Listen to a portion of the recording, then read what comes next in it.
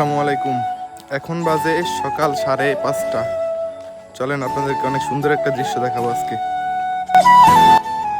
সুন্দর দৃশ্যটি দেখতে হলে প্রথমে আমাদের যেতে হবে আমাদের বাড়ির পাশের হোটেলে। দেন আমাদের হোটেল থেকে কয়েকটি পরোটা বানিয়ে নিতে হবে।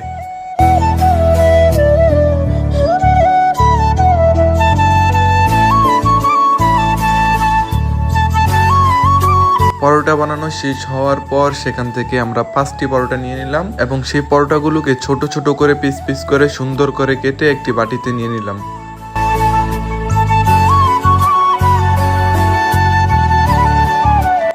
তারপর সেগুলোকে নিয়ে রাস্তায় ফেলে দিলাম। But wait,